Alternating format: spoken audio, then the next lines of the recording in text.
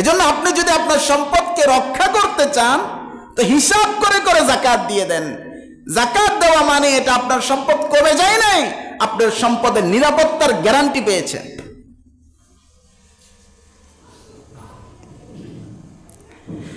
এজন্য আমি সংক্ষেপে যাকাত সংক্রান্ত কয়েকটি মাসআলা বলবো, খুবই গুরুত্বপূর্ণ, খুব মনোযোগ দিয়ে শুনতে হবে।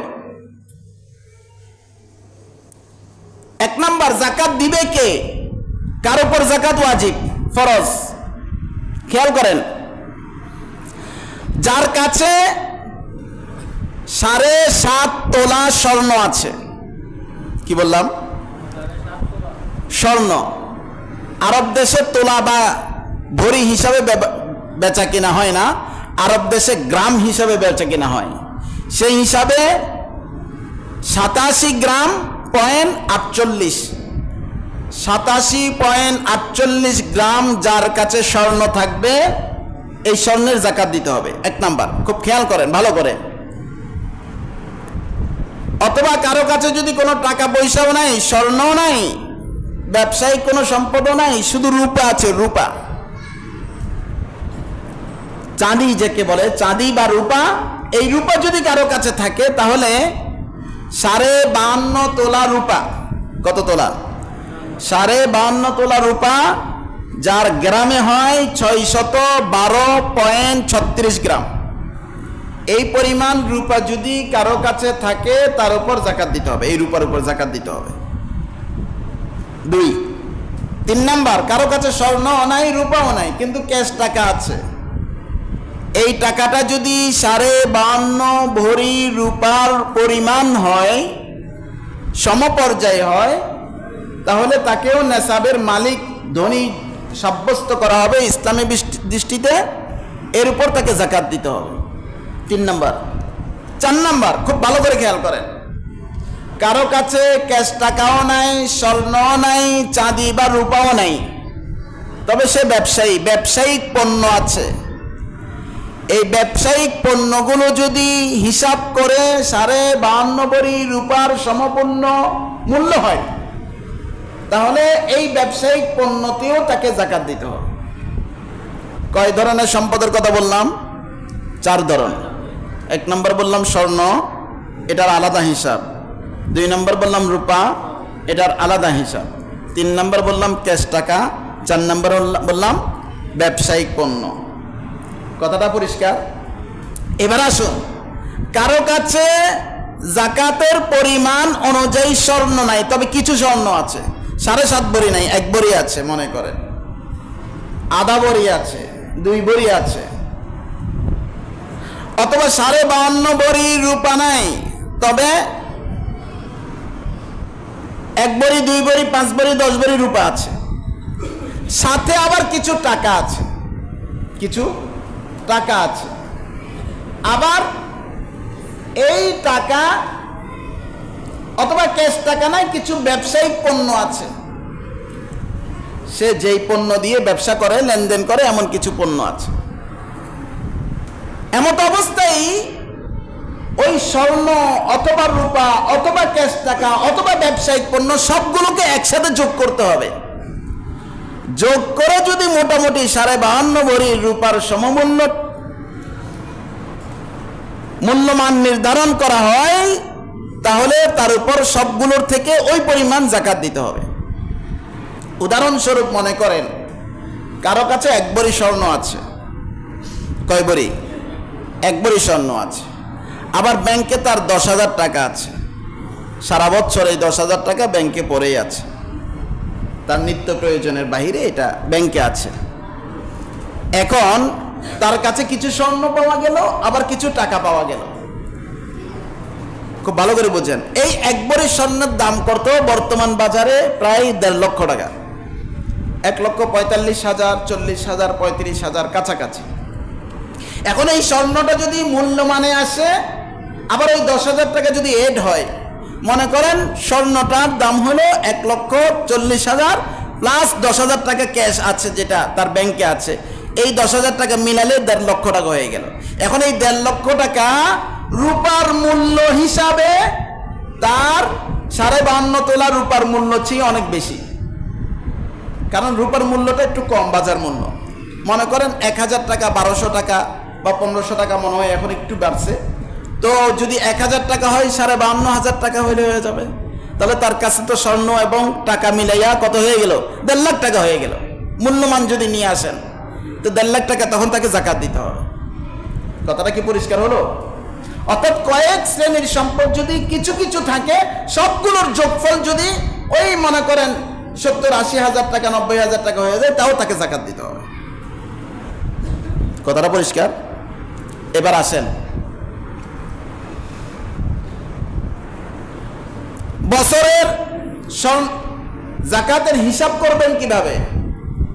মনে করেন গত বছর রমজানে আপনি 5 লাখ টাকার মালিক, ব্যবসা করতেছেন সারা বছর, বছরের মাঝখানে একটু লস খাইছেন, 5 লাখ টাকা থেকে 1 লাখ টাকা চলে আসছিল। আবার এটা ব্যবসা আবার হঠাৎ মুনাফা হয়েছে, বাড়তে বাড়তে এই রমজান আসতে আসতে আপনার মাঝে মনে করেন 10 লাখ টাকার মালিক হয়ে গেলেন। কয় লাখ টাকা? তাহলে গত রমজানে আপনি 5 লাখ টাকার মালিক ছিলেন, জাকাত দেওয়ার উপযুক্ত ব্যক্তি হিসেবে গণ্য হলেন। আবার এই রমজানেও সেই পরিমাণ সম্পদ আছে, যদিও মাঝখানে কিছু কম বেশ হয়েছে, সে মাঝখানের কম বেশ ধর্তব্য না হয়ে বছরের শেষে যেই পরিমাণ আছে ওই পরিমাণ সম্পদকে আপনি হিসাব করে জাকাত দিতে হবে। ওই যে বললাম গত বছর ছিল 5 লাখ রমজানে, মাঝখানে মনে করেন 3 লাখ এসে গিয়েছে, আবার এই রমজান আসতে আসতে আবার মনে করেন 10 লাখ টাকার মালিক হয়ে গেলেন। এখন আপনাকে 10 লাখ টাকার জাকাত দিতে হবে। কয় লাখ টাকা? 10 লাখ টাকার জাকাতটা দিবেন যে কতটুকু দিবেন? 40 টাকার মধ্যে 1 টাকা। কয় টাকাতে কয় টাকা? 40 টাকায় 1 টাকা। 100 টাকাতে 2.5 টাকা। 100 টাকাতে 2.5 টাকা। 2.5% হারে আপনাকে জাকাত হিসাব করতে হবে। তাহলে 1 লাখ টাকাতে কত টাকা? 2.5 টাকা। 1 লাখ টাকার মালিক আপনাকে আল্লাহ বানাইলেন, তা আপনি আল্লাহর জন্য 2.5 টাকা ব্যয় করতে পারবেন না? এটি কি অনেক বেশি হয়ে গেল? এই 2.5% জাকাত আপনাকে দিতে হবে। এরপরে আসেন, আরো কয়েকটি গুরুত্বপূর্ণ মাসআলা আছে। ব্যবসা অনেকের অনেক ধরনের ব্যবসা আছে। কিছু ব্যবসা আছে মালের লেনদেন, আর কিছু ব্যবসা আছে ব্যবসায়িক প্রতিষ্ঠান। মনে করেন একজন একটা ফ্যাক্টরি করেছে, এই ফ্যাক্টরির প্রতিষ্ঠানের মধ্যে সে 10 কোটি টাকা ব্যয় করেছে, বিনিয়োগ করেছে। এখান থেকে মাল উৎপাদন হয়। মাল কি হয়? উৎপাদন হয়। সে উৎপাদিত পণ্যটা তার ব্যবসা। ফ্যাক্টরির ওই 10 কোটি টাকা, এটা কিন্তু তার ব্যবসা না, এটা লেনদেন করে না, এটা দিয়ে মাল বানায়। সুতরাং ওই ফ্যাক্টরির 10 কোটি টাকার যে মেশিনারি বা তার স্থাবর সম্পত্তি, এটার উপর জাকাত দিতে হবে না। তবে সেখান থেকে যে পণ্যটা উৎপাদন হয়, যেটা সে লেনদেন করে, ওটার উপর জাকাত দিতে হবে। আচ্ছা, আরেকটা হলো, আমরা যেগুলি সাধারণ দোকান মাল লেনদেন করি, মুদি মালের দোকান আছে বা ঔষধের দোকান আছে, রড, সিমেন্ট, টাইলসের দোকান, বিভিন্ন দোকান যেগুলি আমরা মাল পণ্য বিক্রি করি, এই পণ্যবাহী মাল যেগুলি বেচা কেনা হয়, এগুলির উপর জাকাত দিতে হবে। কিভাবে হিসাব করবেন? এই জাকাত হিসাবের একটা নিয়ম আছে। নিয়মটা কি? নিয়ম হলো, আপনি যেই সম্পদের, যেই মালের বা যেই পণ্যের লেনদেন করছেন, এই পণ্যটার 3টা মূল্য থাকে। কয়টা মূল্য? একটা হলো কিনা মূল্য, যিনি কিনে তার একটা ক্রয় মূল্য থাকে না, আর একটা হলো বিক্রিত মূল্য। এখন ক্রয় মূল্য হিসাবে করবেন না বিক্রয় মূল্য হিসাবে করবেন, পাইকারি হিসাব করবেন না খুচরা হিসাব করবেন, দুইটা তো এক না। আবার আরেকটা হলো এজমালি মূল্য। এজমালি মনে করেন আজকে যদি দোকানটা ছেড়ে দেন, সব সার্বিকভাবে একটা গড়ে একটা মূল্য দিয়ে অনেকে ছেড়ে দেয় দোকান, এমন আছে না? কোন মূল্যটা হিসাব করবেন? উত্তম হলো যে পাইকারি মূল্য, যেটা যেই মূল্যে গ্রাহক ক্রয় করেছে, সেই পাইকারি মূল্য হিসাব করে সম্পদের 2.5% জাকাত দিলে জাকাত আদায় হয়ে যাবে। কথাটা কি পরিষ্কার হলো? এরপরে আসেন, স্বর্ণ আছে। মনে করেন আমাদের বিশেষ করে মা বোনরা যে স্বর্ণের মালিক, অনেকে 2 ভরি 3 ভরি 5 ভরি স্বর্ণ থাকে, আর মনে করে যে 7.5 ভরি তো হয় নাই, জাকাতও দেওয়া লাগে না। কিন্তু তার আবার কিছু ব্যাংকে টাকাও থাকে। যদি ব্যাংকে টাকা থাকে, মনে রাখবেন, এক ভরি স্বর্ণ যদি থাকে তাহলে তাকে যাকাত দিতে হবে। কেন? তার স্বর্ণের সাথে কিছু টাকা আছে। যে কথাটা কি পরিষ্কার? হ্যাঁ, স্বর্ণের মূল্য হিসাব করবেন কিভাবে? স্বর্ণের দুইটা মূল্য আছে, খুব ভালো করে খেয়াল করেন। একটা হলো স্বর্ণ যখন নতুন বাজার থেকে কিনে আনবেন এক রেট, আবার আপনি যখন ব্যবহৃত স্বর্ণ বিক্রি করতে যাবেন আরেক রেট। বুঝছেন না? রেট কিন্তু একটা থাকে না। কিনতে যাবেন এখন 1.5 লাখ টাকা চাইবে, আবার বিক্রি করতে যাবেন 1,20,000 চাইবে। বলবে এটার মধ্যে খাইট আছে, খাইট মাইনাস করবে। বুঝে আসছে না? হ্যাঁ, যাকাত দেওয়ার সময় ওই আপনি যে বিক্রি করার সময় যে কম মূল্য, যেটা ব্যবহৃত স্বর্ণের মূল্য, সেটা ধর্তব্য করে যাকাত দিতে হবে। অনেক সময় যদি এমন হয় যে স্বর্ণের মালিক স্বামী, কিন্তু স্ত্রীকে জাস্ট ব্যবহার করার জন্য দিয়েছে, স্ত্রীকে মালিক বানায় দেয় নাই। এটা দুই ধরনের হতে পারে। অনেক সময় সাধারণত স্বামী যদি স্ত্রীকে মহরা স্বরূপ দিয়ে থাকে তাহলে সেটা সেই মালিক, স্বামী মালিক নয়। সেখানে স্বামীর এখতিয়ার থাকে না, স্ত্রীর এখতিয়ার। যেই সম্পদে স্ত্রীর এখতিয়ার সেটা তারই উপর যাকাত দিতে হবে। তবে হ্যাঁ, যদি মনে করেন যে এই স্বর্ণটা যাকাত দিতে হবে, আমার কাছে ক্যাশ টাকা নাই, তাহলে যাকাত দিব কিভাবে? স্বামী যদি মনে করে যাকাতটা আমি দিয়ে দিই তার পক্ষ থেকে, তাহলে পারবে, অসুবিধা নাই। কিন্তু স্বামী যদি যাকাত না দেয়, স্ত্রীর স্বর্ণে যাকাত, যদি তার কাছে ক্যাশ টাকা না থাকে এবং যদি পরিপূর্ণ নেশাব পরিমাণ হয়, তাহলে অবশ্যই প্রয়োজনে কিছু স্বর্ণ বিক্রি করে হলেও তাকে যাকাত দিতে হবে। এগুলি কিন্তু অনেক গুরুত্বপূর্ণ বিষয়। এজন্য বলছি যে ইসলামের মূল ভিত্তি এটা যাকাত। এই যাকাত নিয়ে খোলামেলা এই সমস্ত মাসালা আমাদের মুসল্লিরা জানেনও না, আমলও করেন না। আর বছরে রমজান মাস আসলে কিছু ফকির মিসকিনকে বাড়িতে এনে ভিড় করে 100 টাকা ধরাইয়া দিল, একটা লুঙ্গি দিয়ে দিল, শাড়ি দিয়ে দিল, মনে করল বাহ, বিশাল বড় যাকাত দাতা। এটাই বেশিরভাগ হয়ে থাকে। আপনার সম্পদের পরিপূর্ণ হিসাব করে, আনা আনা হিসাব করে, পাই টু পাই আপনাকে যাকাত দিতে হবে, না হলে আপনি যাকাতের হক আদায়কারী নন।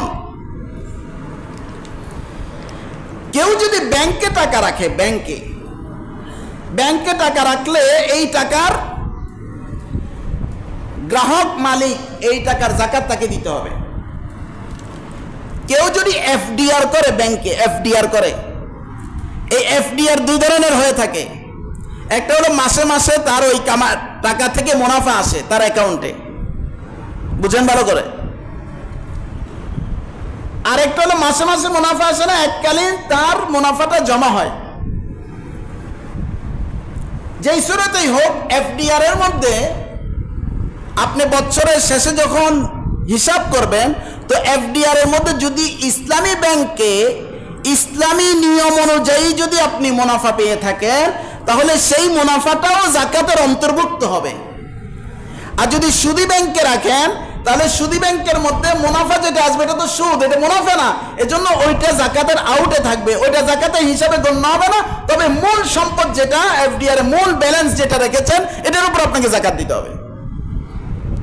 কথাটা কি বুঝাইতে পারলাম? তাহলে তো যারা সম্পদ লোভী তারা মনে করবে বা সুযোগ পাইছে, তাহলে এখন থেকে আর ইসলামী ব্যাংকে না রাখে সুদী ব্যাংকে রাখবো, কারণ সুদী ব্যাংকের মুনাফা যেটা পাবে এটার আর যাকাত দেওয়া লাগবে না। আপনি তো সম্পূর্ণ হারামের মধ্যেই আছেন। আপনি যাকাতের প্রশ্ন আসলো করতে গিয়ে, যাকাত তো অপবিত্র মালকে পবিত্র করবে, এটা তো এটা হারাম। সে নিজে হারাম, আপনার বাকি মালকে সম্পদকে পবিত্র করবে কোত্থেকে? সুতরাং আল্লাহর ভয় যার মধ্যে থাকবে, সে আল্লাহ কোন পথে সন্তুষ্ট এটার দিকে তাকাবে, নিজের সুযোগ সন্ধানী হবে না। এজন্য পরিষ্কার ভাষায় বিষয়গুলো উল্লেখ করলাম। অনেক সময় আমাদের সরকারি চাকরিজীবী যারা সরকারি চাকরি করে, তো সরকার চাকরি শেষ হলে একটা কি দেয়, পেনশন দেয় না, একটা প্রভিডেন্ট ফান্ড থাকে। কি ফান্ড? এই প্রভিডেন্ট ফান্ডে যখন ফান্ডটা সে তার হাতে আসবে, তখন তার উপর যাকাত ফরজ হবে। খুব ভালো করে খেয়াল করেন, প্রভিডেন্ট ফান্ডের যে মুনাফাগুলো, এগুলি হাতে আসার আগ পর্যন্ত সে যাকাত দেওয়া লাগবে না।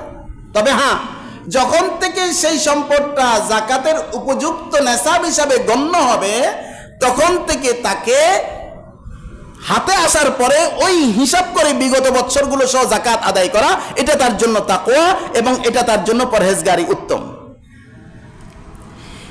এভাবে জাকাতের অনেক মাসআলা আছে। আমরা ব্যবসা করতে গিয়ে লোন নেই, 1 কোটি টাকা লোন নিলাম ব্যবসা বাড়ানোর জন্য। লোনের 2 সুরত, একটা হলো পরিবার চালানোর জন্য, ব্যক্তিগত খরচের জন্য, আরেকটা হলো ব্যবসার সম্পদ বাড়ানোর জন্য। যেই লোন ব্যবসার সম্পদ বাড়ানোর জন্য, যে সম্পদ যেটা ক্রয় করলাম সেটা লোন নিয়ে হলো যখন ক্রয় করলাম, সেটা আমারই সম্পদ হিসাবে গণ্য হলো, সেই সম্পদে আবার জাকাত দিতে হবে, যদিও বা সেখান থেকে লোনটা আবার মাইনাস করা যাবে। এগুলি বিস্তারিত বোঝার জন্য মুহাক্কিক বিজ্ঞ আলেম মুফতির কাছে আপনারা যার যার সম্পদের হিসাব দাখিল করে কত টাকা আপনার জাকাত আসছে, আল্লাহর ভয় যখন আপনার ভিতরে আসবে, তাহলে একজন মুফতির কাছে গিয়ে আপনার সমস্ত সম্পদের হিসাব দিয়ে আপনি হিসাবটা নিয়ে ওই পরিমাণ জাকাতটা আপনি প্রদান করবেন। এটাই হলো একজন মুসলমানের প্রধান লক্ষ্য এবং গন্তব্য। এভাবে যদি আমরা করি এবং চলি, তাহলে আমরা কি পারবো? পরকালে নাজাত পাবো, আমাদের দুনিয়ার জীবনের সম্পদও সেফ থাকবে, আল্লাহর কাছেও আমরা মুক্তি পাবো। আল্লাহ আমাদের সবাইকে তৌফিক দান করুন।